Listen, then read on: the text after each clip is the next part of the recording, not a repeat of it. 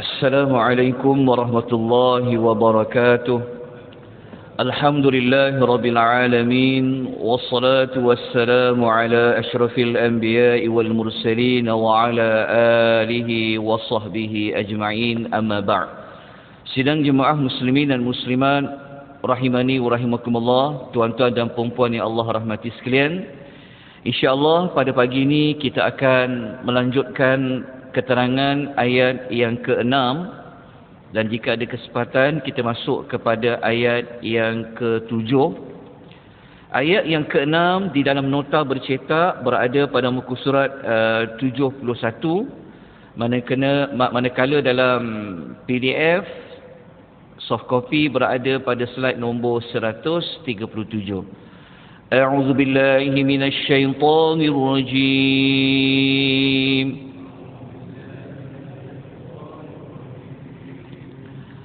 لتنذر قوما ما أنذر آباؤهم فهم غافلون.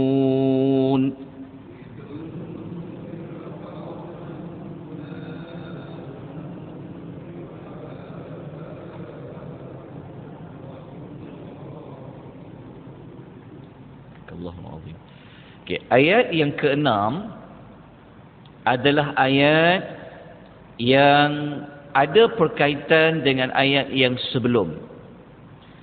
Kalau ayat yang ke-5, Allah memberitahu kepada kita bahawa Al-Quran ianya diturunkan oleh Allah yang Al-Aziz, dan juga Allah itu sebagai Ar-Rahim.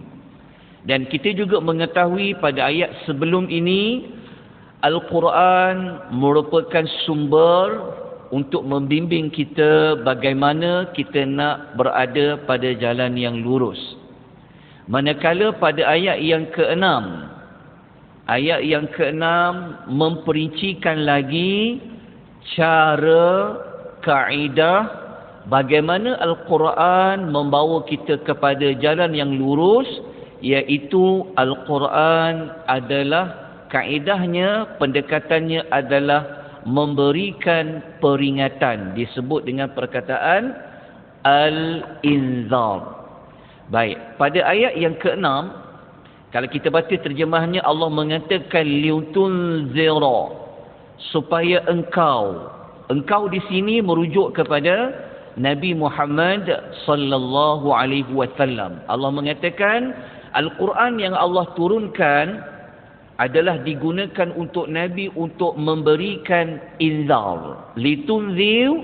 Litunzira, memberikan peringatan. Okay. Tuan-tuan muslimin dan muslimat rahimani wa rahimakumullah, di dalam Al-Quran kalau kita jumpa perkataan al-inzar, ia bermaksud seperti mana kata Syekh Muhammad Al-Amin Asy-Syanqiti rahimahullah, al-inzar bermaksud i'lamun bitakhwifin. Maksud dia, perkataan al-inzar adalah pemberitahuan dengan menakut-nakutkan. Maksud dia, ayat yang ke-6 ni Allah memberitahu bahawa Allah Ta'ala mengutuskan Nabi Muhammad sallallahu alaihi wasallam, dan Al-Quran yang diturunkan kepada Nabi itu fungsinya adalah untuk diberikan amaran, untuk diberikan peringatan, untuk diberikan ancaman. Kepada siapa ditujukan ancaman, amaran itu? Kepada kaum yang mereka telah lama tidak diberikan peringatan. Okey. Kaum yang telah lama diberikan, yang belum lagi diberikan peringatan, bermaksud apa? Okey. Surah Yasin adalah surah yang Allah turunkan semasa Nabi belum lagi hijrah. Bermakna sasaran surah Yasin ni adalah kepada penyembah, ataupun kita kata mudah dia, surah Yasin ni sasarannya kepada penduduk Mekah. Penduduk Mekah ni sebenarnya mereka pernah mendapat Rasul. Pernah ada Rasul ada dekat Mekah tu. Seperti mana kita sedia maklum bahawa Rasul yang awal-awal yang Allah utus adalah Nabi Ibrahim dan Nabi Ismail. Kita tahu sejarah pembinaan Kaabah. Okay. Tetapi Nabi Ismail, zaman dia dengan zaman Nabi Muhammad sallallahu alaihi wasallam jaraknya sangat jauh. Sebelum datang Nabi Muhammad sallallahu alaihi wasallam, Allah menghantar Nabi Allah Isa. Tapi Nabi Allah Isa bukan untuk penduduk Mekah, bukan untuk penduduk Arab, tetapi adalah untuk Bani Israel. Ini bermakna selepas zaman Nabi Ismail tak ada Rasul yang Allah hantar dah. Sampailah diutuskan Nabi Muhammad sallallahu alaihi wasallam. Sebab tu dalam ayat tu diterjemahkan bahawa mereka kaum yang mereka telah lama tidak diberikan peringatan. Bermakna dulu mereka pernah dengar tapi dah lama dah tak dengar peringatan, dah lama tak mendengar ada orang memberikan amaran, memberikan ancaman, menyebabkan mereka jadi apa? Allah mengatakan fahum ghafilun. Sebab itulah mereka berada dalam keadaan yang lalai. Tuan-tuan, perkataan ghafilun ia adalah kata nama, dia adalah nouns. Ghafilun dia sama macam kafirun, munafiqun, mukminun. Maka ghafilun ni merujukkan kepada mereka ni sangat lalai. Mereka ni lupa pada Tuhan. Kenapa? Kerana mereka dalam kalangan mereka tu tak ada manusia yang mengingatkan mereka kepada Allah, mengingatkan mereka kepada azab api neraka, menakut-nakutkan mereka tentang azab Allah. Tak ada. Dah lama dah tak ada. Menyebabkan mereka berada di dalam keadaan yang lalai. Untuk kukuhkan makna ini, tuan-tuan lihat dalam tafsir Al-Jalalain menyebutkan apa makna ma'unzira aba'uhum, mengatakan mereka belum diberikan peringatan pada zaman fatrah. Sebab itu bapa Nabi SAW, ibu Nabi SAW, mereka ini berada dalam zaman yang Rasul tidak diutuskan sudah lama. Jadi apabila Nabi Muhammad SAW Allah lantik jadi Rasul, turun ayat Al-Quran, maka kerja Nabi ini memberikan amaran hari demi hari. Akhirnya apa reaksi mereka? Ini kita akan bincang pada ayat yang berikutnya. Okey. Salah satu maksud, apa maksud mereka lalai? Dalam tafsir Al-Jalalain mengatakan mereka lalai daripada iman wa rusydi, iaitu daripada iman dan jalan yang lurus. Okey, saya harap tuan-tuan jelas keterangan ayat yang ke-6. Ini bermakna kalau tuan-tuan ingat susunan ayat 1, 2, 3, 4, 5, 6 dia berbalik kepada dua isu. Mula-mula tentang Quran, tentang Rasul, tentang Quran, tentang Rasul. Cuba tuan-tuan ingat balik ayat 1 tentang apa, 2, 3, 4. Dia akan pusing pada dua topik ni. Allah mempertahankan Al-Quran, Allah mempertahankan tentang Nabi. Maknanya 6 ayat pertama ni cerita tentang beriman kepada kitab dan beriman kepada Rasul. Jadi apabila kita baca Yasin setiap minggu, kita jelas, okey, 6 ayat pertama ni Allah nak mengukuhkan kita tentang Quran turun dari siapa, Quran ini agung, Quran ini mulia, Rasul itu siapa bagi kita, dia adalah utusan Allah, dia tak reka-reka, dia cakap itu dari Allah, Rasul itu membawa kita kepada jalan yang lurus, Al-Quran yang Nabi sampaikan itu adalah untuk memberikan amaran dan peringatan. Okay. Moga-moga tuan-tuan jelas ayat yang ke-6. Jadi apa pengajaran yang kita dapat belajar pada ayat yang ke-6 nombor 1? Nombor 1 yang kita dapat belajar bahawasanya Rasulullah sallallahu alaihi wasallam adalah seorang yang munzir. Munzir ni apa? Munzir ni adalah yang memberikan peringatan, yang memberikan amaran. Apa perkataan munzir telah kita jelaskan tadi. Makna kata, kalau kita mengabaikan Apa yang Nabi kata jangan buat, Nabi kata jangan lakukan, jauhkanlah. Ini kita akan berhadapan dengan perkara yang buruk. Sebab tugas Nabi, dia memberikan amaran.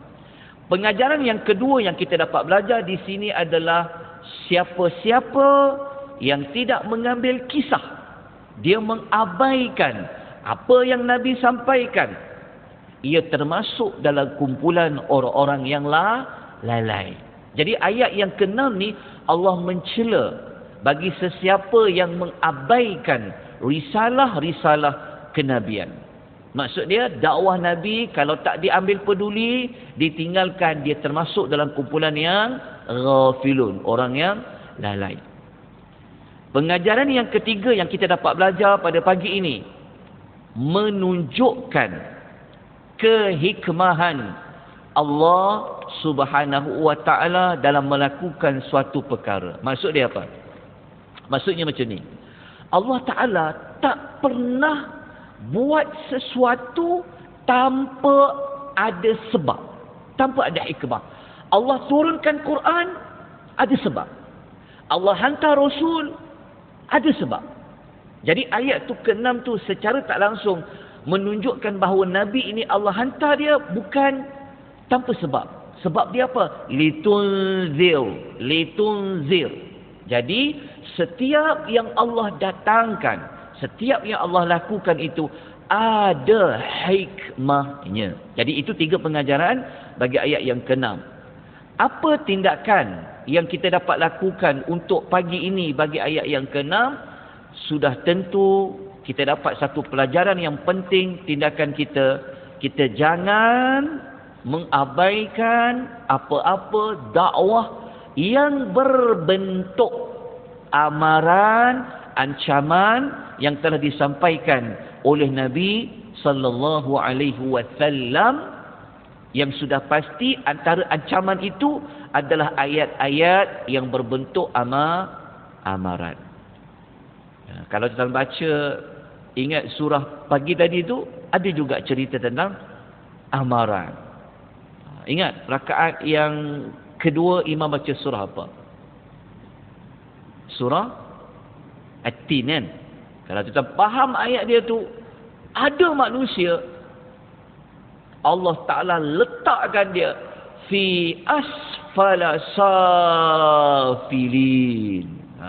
Allah letakkan dia kepada tempat yang serendah-rendah kedudukan. Kalau kita faham ayat dia tu, Allah beritahu manusia ni mula-mula dia terbaik. Allah kata diciptakan terbaik. Tetapi ada manusia memilih untuk diletakkan ke dalam kedudukan yang paling bawah sekali. Jadi itu bentuk amaran.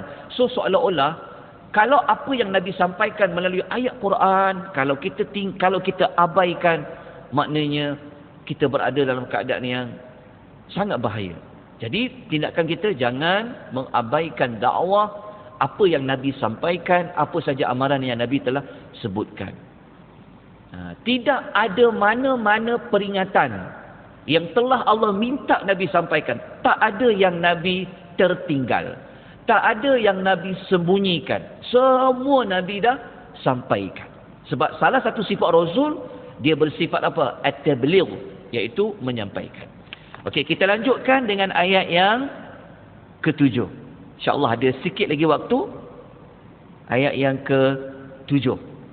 Okey, ayat yang ke-7 dalam nota yang bercetak berada pada muka surat yang ke-77. Kita baca ayat yang ke-7. A'udzu billahi minasy syaithanir rajim.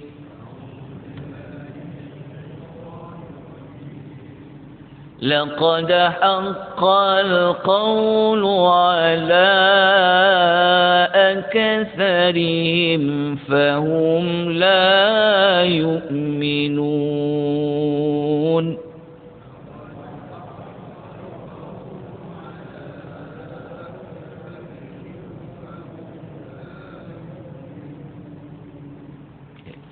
Ayat yang ke-7, kalau kita nak faham dia, seperti biasa, kita kena tengok ayat yang sebelum. Kalau kita tengok ayat yang sebelum, ayat nombor 6 yang kita bincang tadi itu, so apa perkaitan dia dengan ayat nombor 7? Ayat nombor 7 ni adalah ayat yang Allah menceritakan kepada kita dalam ramai-ramai manusia yang Allah hantar Nabi kat Mekah tu, yang Nabi kerjanya bagi amaran, muka ayat yang ketujuh ni Allah menunjukkan golongan manusia yang pertama dalam ramai-ramai penduduk Mekah ni, apa yang mereka buat terhadap amaran yang Nabi sampaikan. Jadi ayat ketujuh Allah menyebut ada manusia memilih untuk tak mahu mengambil indah peringatan yang Nabi SAW telah sampaikan. So manusia yang mengabaikan peringatan ni, apa balasan mereka di sisi Allah? Maka ayat yang ketujuh ni ada menerangkan. Jadi saya, untuk memahami ayat ketujuh dan berikutnya tuan-tuan, kita tak perincikan lagi pada pagi ni. Saya nak bawa tuan-tuan melihat sinopsis ringkas. Okey, tuan-tuan tolong buka dekat sinopsis ringkas supaya tuan-tuan tahu maklumat ni ada dalam nota tuan-tuan dan puan. Okey. Tuan-tuan cuba buka muka surat nombor 20. Buka muka surat nombor 20. Ini untuk memahamkan tuan-tuan dan puan-puan macam mana perjalanan susunan ayat yang pertama sampai ayat yang ke-23. Okey. Yang ini kita tak bentang dalam sesi pagi, tapi saya minta tuan-tuan kena selalu silang rujuk dia. Okey, jumpa tuan-tuan muka surat nombor 19 dan muka surat nombor 20. Okey. Alhamdulillah, kalau tuan-tuan tengok ringkasan ni, ini ringkasan daripada ayat 1 sampai ayat nombor 7 lah.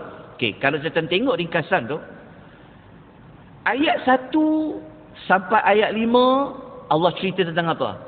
Kebenaran Al-Quran dan Rasulullah. Ini mudah untuk tuan-tuan hafal. Kalau hafal surah Yasin ni, kalau nak ingat dia, tuan-tuan kena ingat cerita dia. Jadi ayat 1 sampai 5 cerita tentang Al-Quran dan Rasulullah.